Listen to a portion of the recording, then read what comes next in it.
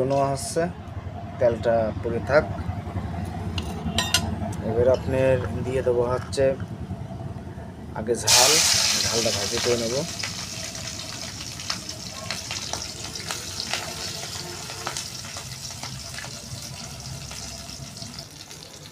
রসুন আর পেঁয়াজ দিয়ে দেবো, দেখতে পাচ্ছেন। অবশ্যই হালকা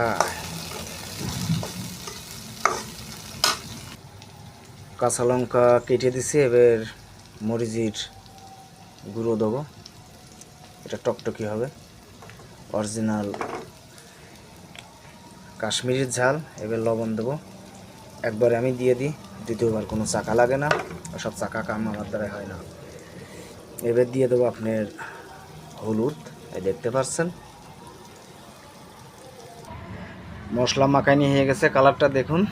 এবার এখানে সিম, পুঁই শাক, মিষ্টি কুমড়া, আলু অল্প অল্প করে দিছি, এটা ছেঁকে নিয়ে।